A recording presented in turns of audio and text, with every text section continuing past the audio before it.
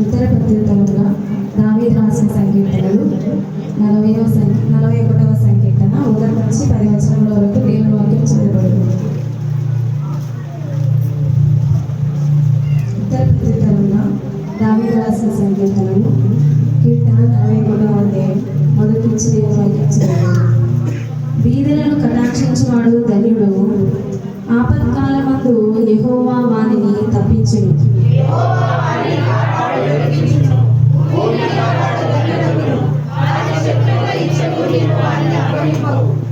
రోగ శయ్య మీద యెహోవా వానిని ఆదరించును, రోగము కలుగుగా నీవే వానిని స్వస్థపరచుదు.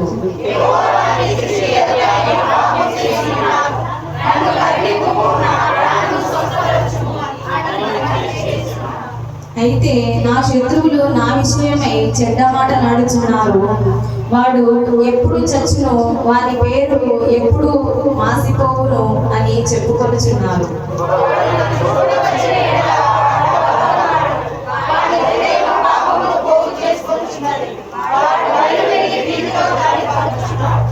నన్ను ద్వేషించు వారందరూ కూడి నా మీద గుసగుసలాడుచున్నారు.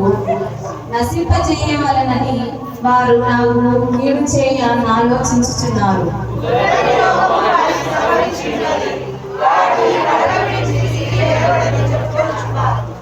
నేను నమ్ముకొని నా విహితుడు నా ఇంట భోజనము చేసిన వాడు నన్ను తన్నుటకై తన మడిమెనెత్తెను. యెహోవా నన్ను కరుణించి లేవనెత్తును, అప్పుడు నేను వారిని ప్రతీకారము చేసేదను. దేవుని కృపను తెలుసుకుందాం.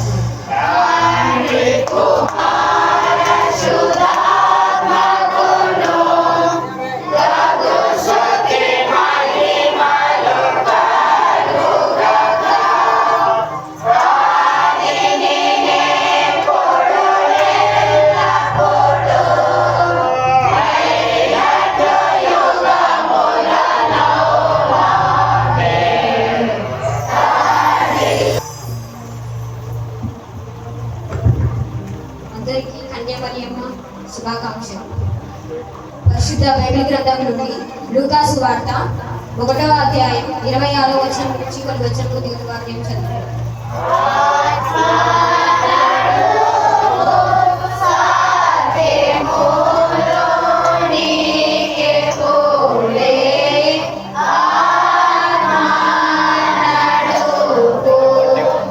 పరిశుద్ధ బైబిల్ గ్రంథం నుండి లూకా సువార్త 1వ అధ్యాయం 26వ వచనం నుంచి దేవుని వాక్యం చదువుకుందాం. 6వ నెలలో గాబ్రియేలు దేవదూత గలిలయలోని నజరేతు ఊరిలో దావీదు వంశస్థుడైన యోసేపునకు ఒక పురుషునికి ప్రదానము చేయబడిన కన్యకు యొద్దకు దేవుని చేత పంపబడెను. ఆ కన్యక పేరు మరియా. ఆ దూత లోపలికి వచ్చి ఆమెను చూచి, దయాప్రాప్తురాల, నీకు శుభము, ప్రభువు నీకు తోడై ఉన్నాడని చెప్పాను. ఆమె ఆ మాటకు బహుగా తొందరపడి ఆ శుభవచనం ఏమిటో అని ఆలోచించుకొనుచుండగా దూత మరియా, భయపడకుము, దేవుని వలన నీవు కృప పొందితివి. ఇదిగో నీవు గర్భము ధరించి కుమారుని కని ఆయనకు యేసు అని పేరు పెట్టుదువు. ఆయన గొప్పవాడై సర్వోన్నతుని కుమారుడనబడను. ప్రభువైన దేవుడు ఆయన తండ్రి అయిన దావీదు సింహాసనమును ఆయనకిచ్చును. ఆయన యాకోబు వంశస్థులను యుగయుగములు ఏలును. ఆయన రాజ్యము అంతము లేనిది విననని ఆమెతో చెప్పాను. అందుకు మరియా, నేను పురుషుని ఎరుగని దానినై ఇదెలాగూ జరుగునని దూతతో అనగా, దూత పరిశుద్ధాత్మ నీ మీదికి వచ్చును, సర్వోన్నతుని శక్తి నేను కమ్ముకొను గనుక పుట్టబోవు శిశువు పరిశుద్ధుడైన దేవుడని కుమారనబడును. మరియు నీవు బంధువురాలు ఎలిజబెతు కూడా తన వృద్ధాపమందు ఒక కుమారుని గర్భము ధరించి ఉన్నది. గొడ్రాలు అనబడే ఆమెకు ఇది 6వ మాసము. దేవుడు చెప్పిన ఏ మాటైనను నిరార్థకం కానేరదని ఆమెతో చెప్పాను. అందుకు మరియా, ఇదిగో ప్రభువా, దాసురాలము, నీ మాట చొప్పున నాకు జరుగును గాక అనెను. అంతటా ఆ దూత ఆమె యుద్ధ నుండి వెళ్ళను. దేవుని కొద్ది వందలు.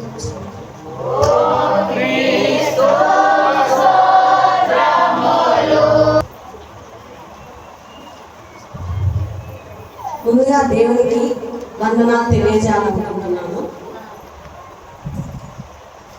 బాబుగారికి నా ఇలాంటి అవకాశం ఇచ్చిన బాబు గారికి, సంఘ కాపరికి, పెద్దలందరికీ, మరి ముఖ్యంగా శ్రీలమైపుకి ఇంత గొప్ప అవకాశం రావడం నా ధన్యత అని నేను భావిస్తున్నాను. ముందుగా చేరవలసిన ప్రతి ఒక్క స్త్రీకి కూడా పేరు పేరున కన్యామరియమ్మ పండుగ శుభాకాంక్షలు. మరి ముఖ్యంగా మన ఆహ్వానాన్ని మన్నించి అప్పలాపురం నుండి వచ్చిన స్త్రీలందరికీ కూడా కన్యామరియమ్మ పండుగ శుభాకాంక్షలు.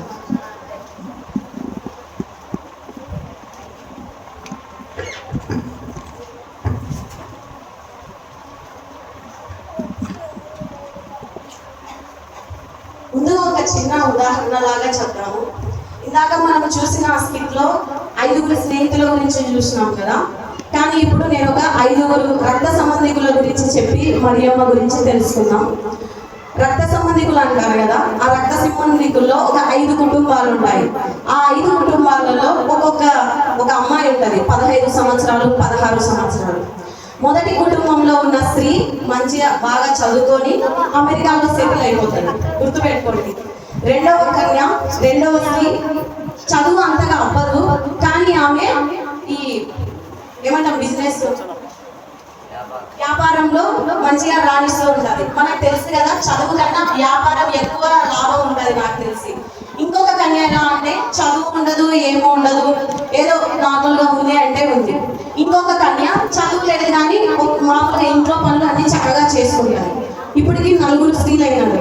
ఇంకా లాస్ట్ కన్య ఎలా ఉంటుందంటే ఆమె ఎలాంటి తప్పు చేయదు, దేవునిలోనే ఉంటుంది, అన్ని కరెక్ట్గా ఉంటుంది. మనం ఇందాక చూసిన స్కిట్లో లాగా మరియమ్మ లాగానే అన్ని కరెక్ట్గా ఉంటుంది, కానీ గర్భం ధరిస్తుంది. మరియమ్మనే అనుకోండి, గర్భం ధరిస్తుంది. ఇప్పుడు మీరు చెప్పండి, పైన చూసిన 5 స్త్రీలలో చదువుకొని అమెరికాలో సెటిల్ అయిందంటే మనం ఆమెనే గొప్ప అని చెప్తాము. ఇంకా ఈమె గురించి ఎన్ని చెప్పాలో లేదా ఎంత నీచపు మాటలు మాట్లాడతామో చెప్పండి. ఎవరితో ఏం జరిగిందో, ఏమైపోయిందో, ఎవరితో పోయిందో, ఎన్ని ఘోరమైన మాటలు. ఈ కాలంలో ఇదేదో జెంజి బ్యాచ్ అంటారు. ఇప్పుడు చూస్తున్న సెల్లులు, ఈ కాలపు అమ్మాయిలని అబ్బాయిలంతా కూడా జెంజి బ్యాచ్ అని అంటారంట.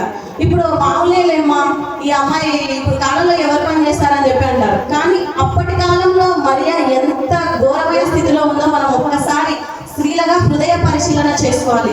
15 సంవత్సరాలలో ఆమెకి ఏం అవగాహన ఉంటుంది, ఏం తెలుసుంటుంది చెప్పండి. అలా గర్భం ధరించిందంటే ఎంత క్షోభ అనుభవించింటారు. మరియ తల్లి ఇక్కడ మనం చూసినాం, దేవదూత వచ్చి నీకు ఒక శుభవర్తమానం అని చెప్పి ఆమెకి ఏం తెలియదు, కేవలం దేవుని మాటకు లోబడి ఉంటుంది అంతే.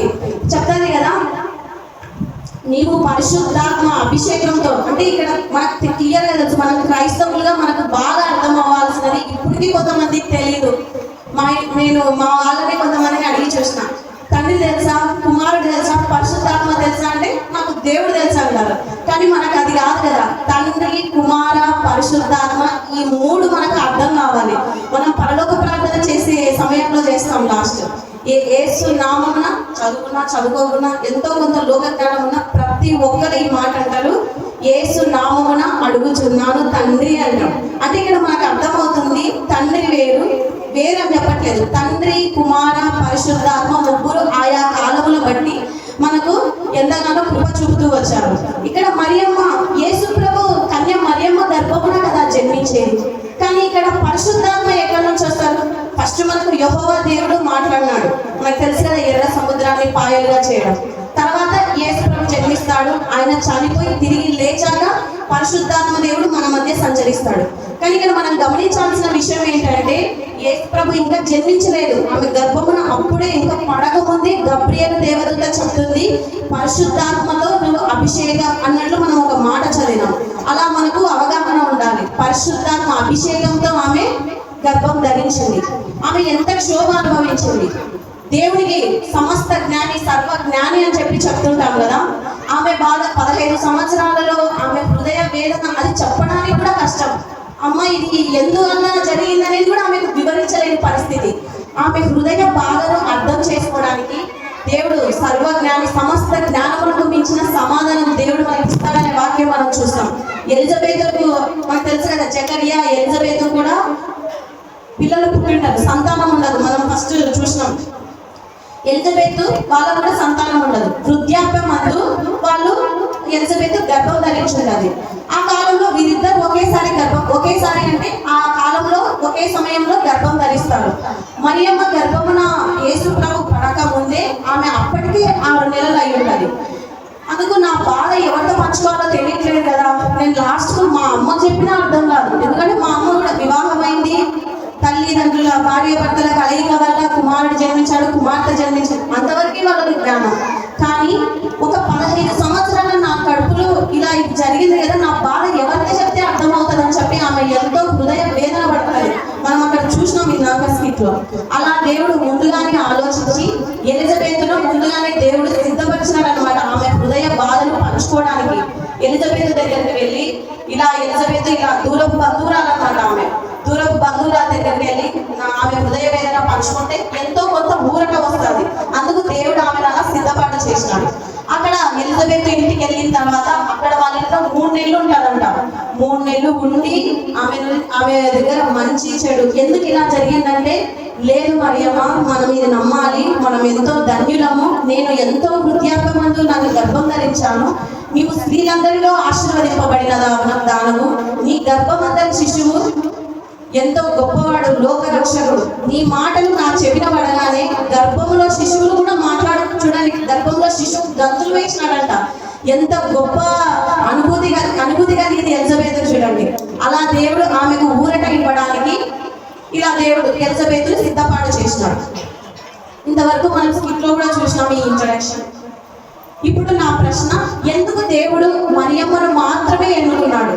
దేవుడు పరలోకం నుండి చూసినాడన్న పరలోక సైన్య సమూహం అంతా కూడా, ఇక్కడ మనం ఏదో ధూళిపాటి వంటి గ్లోబ్ అని చెప్పి అంటాం కదా, ఇట్లా తొంగి చూసినప్పుడు పరలోక సైన్య సమూహం మొత్తం కన్య మరియమ్మ పైన కను దృష్టి పడిందంట. ఎందుకు ఆమెను మాత్రమే? ఉదాహరణకు దేవుడు మన మధ్య ఇలా సంచరిస్తూ వెళ్తుంటే ఇలా చేయబెట్టి ఈమెకు దేవుని యేసు ప్రభువును పుట్టించే అవకాశం ఉందని చేయబెడితే తీసే పొజిషన్లో ఉన్నామా లేదా లేదు ఈ అమ్మాయి అని చెప్పే పొజిషన్లో ఉన్నామా మనం జ్ఞాపకం చేసుకోవాలి. అలా మరియమ్మకు మాత్రమే అంత గొప్ప అదృష్టం దక్కింది. మరియమ్మను మాత్రమే ఎందుకు దేవుడు ఎన్నుకున్నాడు? ఆమెను మాత్రమే ఎందుకు హెచ్చించాడు? ఆమె మాత్రమే ఎందుకు ధన్యురాలుగా అని పిలిపించుకుంది అంటే, ఆమెలో కొన్ని లక్షణాలు దేవుడు చూసినాడు. ఆ లక్షణాలు ఏంటో మనం చూద్దాం. మొదటి లక్షణం ఏంటంటే, రక్షణ పొందిన స్త్రీగా మనం చూస్తాం. మీరు ఒకసారి పలకండి, కనీసం మనం ప్రార్థన చేస్తున్నప్పుడు స్త్రీలనేవి గుర్తుంటాయేమో. రక్షణ పొందిన స్త్రీ. నిద్ర కూడా రాదు ఇట్లా చెప్తే. రక్షణ పొందిన స్త్రీ.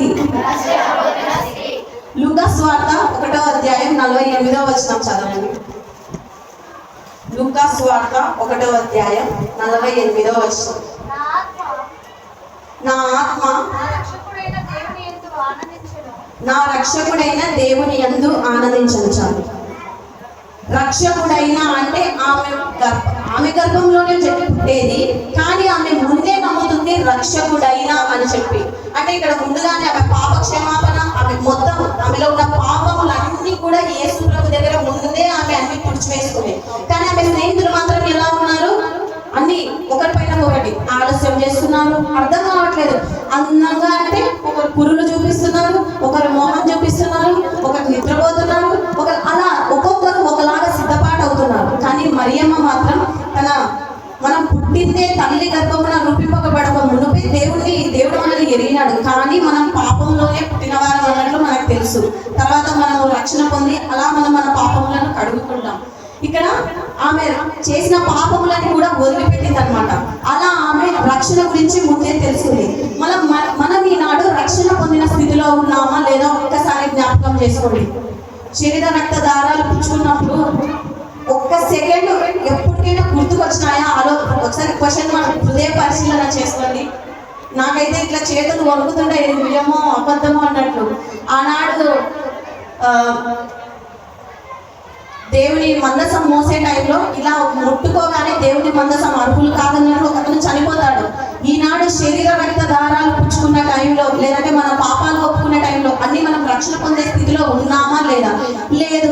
ఇది ఒక్కరోజు మీరు చాడీలు మాట్లాడి, ఇది ఒక్కరోజు వాళ్ళ గురించి వీళ్ళ గురించి చెప్పి, ఇది ఒక్కరోజు ప్రార్థన చేసుకోకుండా నిద్రపోయి, ఇది ఒక్కరోజు బైబిల్ చదవకుండా, ఇది ఒక్కరోజు ఒక్కరోజు వాళ్ళని చూసి నవ్వుతాను, ఇది ఒక్కరోజు వాళ్ళని, అట్లా మనం ఆ స్థితిలో ఉన్నామా? ఇదే రక్షణ దినము అని చెప్పి దేవుడు చెప్పినాడు. కాబట్టి మనము రక్షణ పొందిన స్థితిలో ఉండాలి అని చెప్పి మరియ ద్వారా మనం ఒక లక్షణం నేర్చుకోవాలి. అర్థమవుతుందా? రక్షణ పొందిన స్త్రీగా ఆమె గర్భమున ఉద్భవిస్తున్నా కూడా ఆమె ముందు రక్షణ పొందింది. రక్షణ పొంది ఆమె ధన్యురాలుగా నిలబడింది, హెచ్చింపబడింది. ఒక్కసారి మరలా చెప్పండి, రక్షణ పొందిన స్త్రీ. రెండవ మరియని ఎన్నుకోవడానికి రెండవ ఒక యొక్క హెచ్చింపు ఏంటో మనం చూద్దాం. దీనత్వం కలిగిన స్త్రీ. లూకా సువార్త 1వ అధ్యాయం 47వ వచనం చదవండి. ఆయన తన దాసురాలి దీన స్థితిని కటాక్షించాడు. అంటే తగ్గింపు జీవితం కలిగింది అని చెప్పి మనకి ఇక్కడ కనపడుతుంది. దేవుడు ఒక మనిషిని హెచ్చించాలంటే, అంతే కదా, ముందు హెచ్చించాలంటే ఏదైనా ఒక ఉద్యోగం రావాలంటే ఊరికే ఎవరికి రాదు, కష్టపడితేనే వచ్చేది. అలా ఒక మనిషి హెచ్చింపు స్థితికి వెళ్ళాలంటే ముందుగా తగ్గింపబడాలి. మన బాబు గారు మనకు చూస్తే ఎన్నో మన నాటకాలలో వాళ్ళు చెప్పే విధానమే వేరుంటుంది. ఎంత తరబిదులో తింటారు, దాని ముందర ఎంతగా దేవుడు విరచి మలచి నలగొట్లి. ఈ మాట మనకు బాగా గుర్తుండాలి. విరచి మలచి నలగొట్లి అంటే మన హృదయం అన్నమాట. ఎంత ట్విస్ట్ అంటాం, ఇట్లా రోలర్ కోస్టర్ లాగా ఇట్లా అంతగా మన హృదయం మరలితేనే, అంతగా తగ్గింపు కలిగితేనే దేవుడు మన స్థితిని హెచ్చిస్తాడనమాట. హెచ్చింపు మనకు అస్సలు పనికిరాదు. డబ్బు ఎలా అంటే డబ్బున్న వారు అతిశయిస్తారు. ఉదాహరణకి ఇల్లుని బట్టి అతిశయిస్తారు. కారును బట్టి, ఉద్యోగమును బట్టి, చదువును బట్టి, జ్ఞానమును బట్టి. మాకు ఇది కాబట్టి మేము హెచ్చిస్తాం అనుకుంటారు. కానీ మనము దేవుని నమ్ముకున్న బిడ్డలుగా ఒక్క దేవుని చూసి మాత్రమే మనకు హెచ్చింపు రావాలంట. ఉదాహరణకు ఏదైనా తగ్గింపు స్థితిలో మనల్ని ఉంచుతున్నారు, మీ దేవుడు ఇలా అంటే ఆ సమయంలో మనకు రోషం రావాలంట. లేదు, నా దేవుడు చనిపోయి తిరిగి లేచినాడు, ఆ ఒక్క స్థితిలో తప్ప మనకు ఎక్కడ కూడా హెచ్చింపు అనేది పనికిరాదు. చదువు, ఉద్యోగం వృధా, అన్ని ఈ లోకంలో ఉన్న వరకే అనేది. అలా మనము జ్ఞాపకం ఉంచుకోవాలి. ఒక హెచ్చింపు అంటే నీటి ఆవిరి వంటి బ్రతుకు కోసం మనం ఎందుకు హెచ్చించాలి అనేది ఒకసారి ఆలోచన చేసుకోవాలి. దేవుడు అహంకారులను అస్సలు పట్టించుకోవడం అనేది మనకు గుర్తు.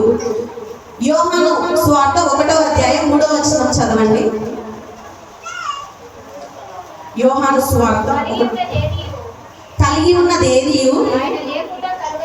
ఆయన లేకుండా కలగలేదు. కలిగి ఉన్నదేదు ఆయన లేకుండా కలగలేదు. అంటే నువ్వు చేసిన ప్రతి పని దేవుడు ఉంటేనే వాళ్ళు అక్కడ జరిగింది అని వేరేది ఏం లేదు. సంఘంలో నువ్వు హెచ్చింపబడుతున్నావా, దేవుడు నీకు మంచి చదువు ఇచ్చినాడు, జ్ఞానం ఇచ్చినాడు, ఏదైనా చెప్పే శక్తి ఇచ్చినాడు. కానీ అది దేవుడు మనకు అనుగ్రహిస్తేనే ఇది మనకు దక్కింది. ఏదైనా కానీ దేవుడు మనకు అనుగ్రహిస్తేనే అది దక్కింది. కాబట్టి మనకు హెచ్చింపు అనేది పనికి రాదు. దీన స్థితి. ఒకసారి రెండో మాట పలకండి, దీనత్వం కలిగి జీవించాలి. చెప్పట్లేదు, దీనత్వం కలిగి జీవించాలి. కాబట్టి దీన స్థితి ఉంటే వెంటనే హెచ్చింపు మనకు వస్తుందని జ్ఞాపకం ఉంచుకోవాలి. మూడవ మాట ఏంటి అంటే ప్రభువును గణపరిచిన స్త్రీ. లూకా సువార్త 1వ అధ్యాయం 46వ వచనం చదవండి. అప్పుడు మరియ ఇట్లా నేను నా ప్రాణము ప్రభువును గణపరచుచున్నది. ఆమె ప్రభువును గణపరుస్తుంది అని చెప్పి మనం చూస్తున్నాం. ఎవరు ప్రభువును గణపరుస్తారో వారు ప్రభువుని గణపరుస్తారు. ఇది మనకు కరెక్ట్. ఎవరు ప్రభువును స్తుతిస్తారో వారి జీవితం హెచ్చింపబడుతుంది. మనం ఏదైనా కష్టం, నష్టం, బాధ ఏదైనా ఉంది అంటే ఇది ఏమన్నారు, ఒక ట్రిక్ టైప్ అనుకోండి. మోకాల్లోనే దేవుడికి కేవలం దేవుడా నాకు కష్టం, దేవుడా నా అప్పుల బాధలు, దేవుడా నా భర్త తాగుతున్నాడు, నా పిల్లలకు, అదన్నీ పక్కన పెట్టి బాధలో ఒక్కసారి మోకాల్లోని కొత్త స్థుతి తప్ప ఏం చెప్పకున్నా కూడా స్థుతి మన స్థితిని మారుస్తుందంట. అర్థమవుతుందా? ఎంతగా దేవుని స్తుతిస్తామో ఆ స్తుతించే సమయంలోనే మన హృదయాన్ని దేవుడు ఎంతగానో ఏమంటాం, ఒక గట్టిగా ఒక రాయిలాగా ఎంతో ఒక ఉన్నత స్థితిలో చేర్చేంత గుండె ధైర్యాన్ని ఇస్తాడంట. ఈ మాట గుర్తుంచుకోండి. స్తుతి మన స్థితిని మారుస్తుంది. కాబట్టి ఆయనకు దక్కాల్సిన ఘనత, సమస్త మహిమ, ప్రభావం మనం ఆయనకి ఇస్తే ఆయన మనకి ఇస్తాడనమాట. ఇలా మనం ఒకసారి మలాకి 1వ అధ్యాయం 6వ వచనం చదవండి. మలాకి. కుమారుడు తన తండ్రిని గణపరచును కదా, దాసుడు తన యజమానుని గణపరచును కదా, నా నామమును నిర్లక్ష్య పెట్టు యాజకులారా నేను తండ్రినైతే నాకు రావాల్సిన ఘనత ఏమాయను. చాలు. ఇక్కడ దేవుడు అంటున్నాడు, దేవుడు మనకు తండ్రి కాబట్టి నువ్వు తండ్రిని స్తుతిస్తేనే కదా నేను నిన్ను హెచ్చిస్తానని చెప్పి దేవుడు మనకు చెప్తున్నాడు. లేదు నా గొప్పతనమే నేను చెప్పుకుంటాను, దేవుడు నాకు వద్దు అంటే అడుగంటుగా పోయిన స్థితిలోకి మనం వెళ్తూనే ఉంటాం. హెచ్చింపు అనేది అస్సలు పనికిరాదు. ప్రభువును గణపరిచిన స్త్రీగా మనం చూస్తున్నాం. దేవుని గణపరిచింది కాబట్టి దేవుడు ఆమెను ఎలా గణపరిచినాడు? ధన్యురాలు. సమస్త లోకం పక్కన పెడితే బైబిలే చెప్తుంది ఆమె ధన్యురాలుగా ఎంచబడింది అని చెప్పి. అంతగా ప్రభువును ఆమె గణపరిచింది. చెప్పండి ఈ మాట, ప్రభువును గణపరిచిన స్త్రీ. నాలుగవ మాట, దైవ సహవాసం కలిగిన స్త్రీ. లూకా సువార్త 1వ అధ్యాయం 26వ వచనం. 6వ నెలలో గబ్రియేలను దేవదూత గలిలయలోని నజరేతు అనే ఊరిలో దావీదు వంశస్థుడైన యోసేపు అనే ఒక పురుషునికి ప్రదానము చేయబడిన కన్యక యొద్దకు దేవుని చేత పంపబడింది. ఇక్కడ ఎవరు పంపబడినారు? గబ్రియేలు దేవదూత దేవుడు చెప్తే ఆమెకు ఒక శుభవర్తమానం తీసుకోవడానికి వచ్చిందనమాట. అంటే ఊరికే మన దగ్గరకు వచ్చి దేవదూతలు వచ్చి ఎప్పుడు మనం అట్లీస్ట్ కళలో కూడా రాదు. దేవదూతలు వచ్చి మాట్లాడినట్లు పరిచయం చేసినట్టు ఇవన్నీ మనకు అస్సలు లేవు. ఎవరికి ఇలాంటి గొప్ప అనుభూతి కలుగుతుంది అంటే దేవుని సహవాసం కలిగిన వాళ్ళకి. బైబిల్లో ఇలా దేవుని సహవాసం కలిగిన వాళ్ళకు ఇలాంటి అదృష్టం అని చెప్పొచ్చు, లేదా ఇలాంటి ధన్యత కలిగింది. ఎవరికి గుర్తున్నాయి? కొంతమందికి డైరెక్ట్ గా దేవదూత వచ్చి మాట్లాడిన వాళ్ళు ఎవరున్నారు? మరియా ఒకరున్నారు, ఏలియా ఒకరున్నారు, నెక్స్ట్ కొర్నేలి, అబ్రహాం. గుర్తున్నారా? ముగ్గురుగా వచ్చి డైరెక్ట్ గా వాళ్ళకు భోజనాన్ని సిద్ధపరుస్తాడనమాట. అలా దేవుని సహవాసం కలిగిన వాళ్ళకి దేవుడు వాళ్ళతో మాట్లాడతాడనమాట. మనం ప్రార్థించే వారంగా ఉన్నామా లేదా జ్ఞాపకం చేసుకోవాలి. బైబిల్ ఇట్లా ఓపెన్ చేయగానే నాకు ఇట్లా ఈ వాగ్దానం వచ్చింది, ఇదే నాకు కరెక్ట్ అని అనుకోని మనం పోతుంటాం. కానీ అప్పట్లో చూడండి, దేవుని నమ్ముకున్న వారు డైరెక్ట్ గా దేవుడినే వాళ్ళు దేవుడు పంపిన దేవదూతలతోనే మాట్లాడేవారు. అలా అప్పుడు కాలంలో ఉండేది. దైవ సహవాసం కలిగిన స్త్రీగా మరియ తల్లి ఉంది కాబట్టి ఈనాడు ఆమె హెచ్చింపు కలిగిన జీవితం దక్కించుకుంది. నెక్స్ట్ 5వది విధేయురాలు. లూకా సువార్త 1వ అధ్యాయం 38వ వచనం. లూకా 1:38. మరి అందుకు మరియా, ఇదిగో ప్రభుదాసురాలను, నీ మాట చొప్పున నాకు జరుగునుగాక. చాలు. విధేయురాలు. ఇది మనందరికీ స్త్రీలకు ఎంతో ముఖ్యం. విధేయత కలిగి జీవించాలి. అంటే ఏం చెప్తే మనం అది ఫాలో అవ్వాలి. మనం ఎదురు ప్రశ్న అనేది ఎంతో కొంత పురుషుల కన్నా కొంచెం తగ్గించుకుంటే అనేది మనందరికీ తెలుసు, కానీ అది ఎంతవరకు మనం ఫాలో అవుతున్నామో తెలియదు. విధేయత కలిగి మరియ తల్లి విధేయత కలిగి జీవించింది కాబట్టి దేవుడు హెచ్చించాడు. విధేయత ఎలా చూపించింది? మనం మాట్లాడుకున్నాం కదా, 15 సంవత్సరాలలో ఆమెకు ఏమి తెలిసినా తెలియకపోయినా ఆయన మాట చెప్పినాడు. ఆమె విధేయత చూపించింది, గర్భం ధరించింది, లోక రక్షకుని మనకు అందించింది, ధన్యురాలుగా ఎంచబడింది. అంతే. ఆమె ఏదో వేరే నాకెందుకు ప్రభు, ఈ బాధ నాకెందుకు అని సనుక్కోవడం కానీ ఎక్కడ మనం చూడలేదు. దేవుడు చెప్పిన మాటకు లోబడిపోయింది, విధేయత చూపించింది, ఆమె హెచ్చింపు పొందింది. చెప్పండి, విధేయత. నెక్స్ట్ 6వ మాట, లాస్ట్, సమర్పణ కలిగినది. సేమ్ లూకా సువార్త 1వ అధ్యాయం 38వ వచనం అదే మాట వస్తుంది. ఆమె సమర్పణ, ప్రెగ్నెన్సీ, దేవుడి నుండి సువార్తమానం పొందుకొని ఆమె గర్భం ధరించింది. ఎంత కష్టం, ఎంత నష్టమైన ఊర్లో జనాలంతా ఏమనుకున్నా కూడా దేవునికి మాత్రమే సమర్పించింది. ఒక మాట చెప్తుంది కదా, నీ మాట చొప్పున నాకు జరుగును గాక. కేవలం నీ మాట. మా అమ్మ కాదు, నాన్న కాదు, ఎవరు స్నేహితులు కాదు, నాతో మాట్లాడకపోయినా పర్లేదు, కేవలం నీ మాట చొప్పున నాకు జరిగితే చాలు తండ్రి అని చెప్పి అనుకుంటారు. ఇలా మరియమ్మలో ఉన్న ఈ 6 లక్షణాల వల్ల దేవుడు ఆమెను ధన్యురాలుగా, ధన్యురాలుగా ఎంతగానో హెచ్చించాడనమాట. మన జీవితాన్ని ప్రార్థన చేసుకున్నప్పుడు స్త్రీలుగా మనం ఈ విషయాలని జ్ఞాపకం చేసుకొని ప్రార్థించడానికి మనం ప్రయత్నం చేయాలి. ఇంకా లాస్ట్ ఏంటి అంటే ఒక మాట, దేవుడు మొట్టమొదటి అద్భుతాన్ని చేస్తాడు కదా. దేవుడు మొట్టమొదటి మొట్టమొదటి అద్భుతం ఇక్కడ కానా అనే ఇందులో చేస్తాడు కదా దేవుడు. అక్కడ మరియ తల్లి కూడా చెప్తాది అనమాట, ఆయన మీకు ఏం చెప్తే అదే చేయండి అని చెప్పి చెప్తాదనమాట. అలా అలా దేవుని పరిచర్యలో కూడా ఆమె వాడబడింది. ఇటు రీతిగా మనము దేవుని గణపరిచే వారంగా తగ్గింపు జీవితం కలిగి మరియ నుండి కొన్ని లక్షణాలు నేర్చుకోవాలని ఆశిస్తున్నాను. మీ అందరికీ కన్యా మరియమ్మ పండుగ శుభాకాంక్షలు.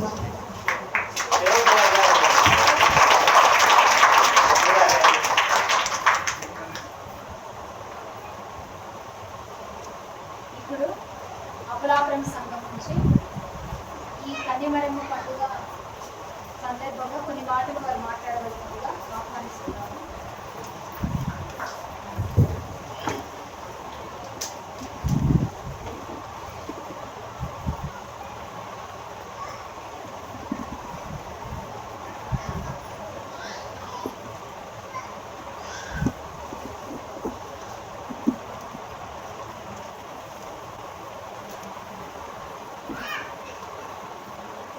గ్రామస్తులందరికీ అమలాపురం నుండి వచ్చిన ప్రతి ఒక్కరికి నా వందనాలు.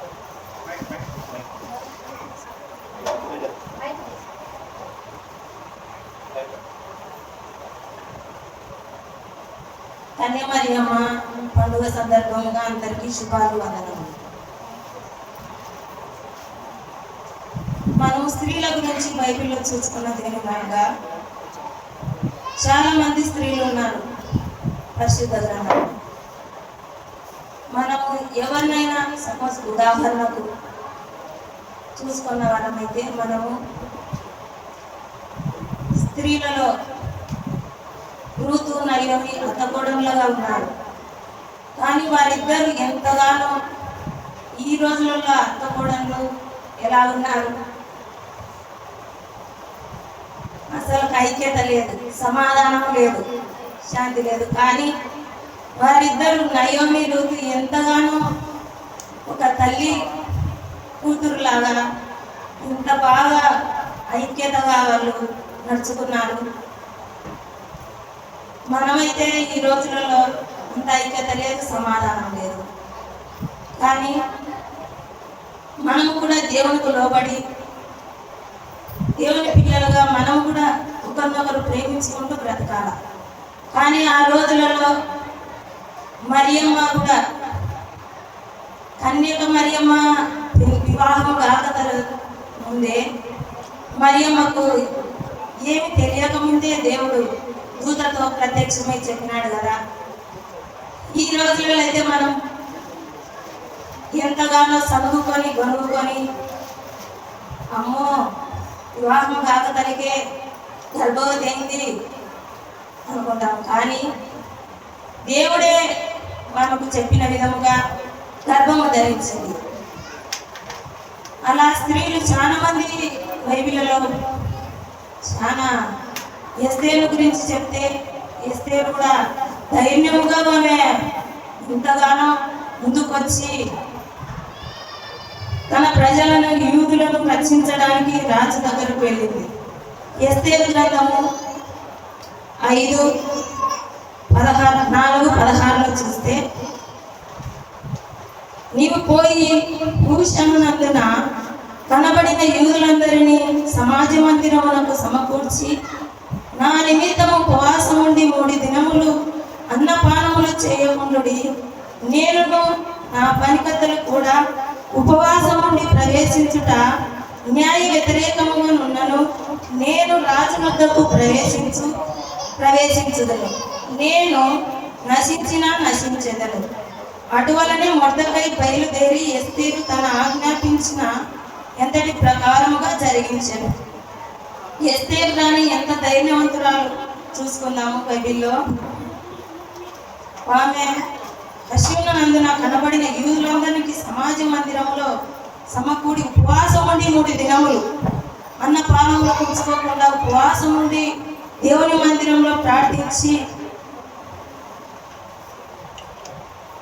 న్యాయముగా వ్యతిరేకముగా కాకుండా రాజునకు ప్రవేశించింది. మొర్దెకై అయితే బయలుదేరి ఎస్తేరు తనకు ఆజ్ఞాపించిన ఎంతటి ప్రకారముగా జరిగించారు. మొర్దెకై కూడా ఆమెతో పాటు జరిగించినాడు. కానీ ఎస్తేరు ఉపవాసం, ఎంతో ధన్యురాలు ఎస్తేరు, ఎంతో గొప్ప వ్యక్తి ఆమె, రాణి. కానీ మనము ఈ రోజులలో మనము చేయాలంటే, ఏదైనా ముందుకు వెళ్ళాలంటే భయపడతాము. కానీ దేవుని సన్నిధిలో మనము దేనికైనా భయపడకుండా మనము వెళ్ళాలి. ఈ అంత్య దినములలో మనం ఉన్నాం కదా, దేవుడు ఎప్పుడు వస్తాడో తెలియదు, ఏ గంటలో ఏ గడియలో వస్తాడో తెలియదు. కానీ మనము దేవుని నమ్ముకొని దేవుని ప్రజలుగా మనము దేవుని వెంబడించచ్చు. ఇప్పుడు కృపాకాలము కాబట్టి మనము కృపలో, ఆయన కృపలో మనము ఉన్నాము. కాబట్టి మనము దేవుని సన్నిధిలో ప్రతి దినము ప్రతి గడియ దేవుని సన్నిధిలో నుండి మనము ప్రతి గడియ ఆయనను ప్రార్థిస్తూనే మనం ఉండాలి. కానీ ఈ రోజులలో మనకు యుద్ధాలు జరుగుతున్నాయి, కానీ మనము ఎప్పుడు ఏమి జరుగుతుందో తెలియదు, మనకు ఏమి జరుగుతుందో తెలియదు, ఇంటికి ఎప్పుడు వస్తామో రామో కూడా తెలియదు. కానీ ఆయన మందిరంలో చేరి ప్రతి నిమిషము ఆయనలో మనం ఉండాలి. కానీ మనము ఈ రోజులలో పాపం ఎక్కువైపోతుంది, కానీ పాపానికి చోటు ఇవ్వకుండా మనము దేవునికి చోటిస్తూ మన హృదయాన్ని దేవునికి అర్పించాలి. ఈ రోజులలో మనం బ్రతుకుతున్నామంటే దేవుని కృపే, కానీ మనది ఏమీ లేదు. కానీ అంత్య దినములలో ఉన్నాము, మనము ఈ రోజు ఈ క్షణం బ్రతుకుతున్నామంటే దేవుని కృపనే. ఈ మరియమ్మ, కన్యక మరియమ్మ, ఆ రోజు కన్యక మరియమ్మ ద్వారానే కాబట్టి మనం వచ్చినది, ఆయన కన్యక మరియమ్మ ద్వారానే కదా పుట్టినది. అది గుర్తు పెట్టుకొని మనము కూడా దేవునికి కృతజ్ఞతాస్తుతులు చెల్లించాలి. ఎప్పటికీ మనము దేవునికి లోబడి ఉండాలి. కానీ మనము ఈ రోజులలో బ్రతుకుతున్నామంటే ఆయన కృప అనేది మనం బ్రతకలేము. కానీ మనము ఎంతో ధన్యులము, ఆయన చిత్తము లేకుండా మనం బ్రతకలేము. ప్రతి ఒక్కరూ మనము దేవుని సన్నిధిలో ఉండాలి. ఈ ఇచ్చిన కైప గ్రామ సంఘస్థులందరికీ, సంఘం అందరికీ, నాకు ఇచ్చిన అవకాశమును బట్టి అందరికీ, బాబు గారికి, ప్రతి ఒక్క స్త్రీలకును వందనములు. ప్రార్థన చేసుకుందాము. ప్రార్థన చేసుకుందాం అందరము.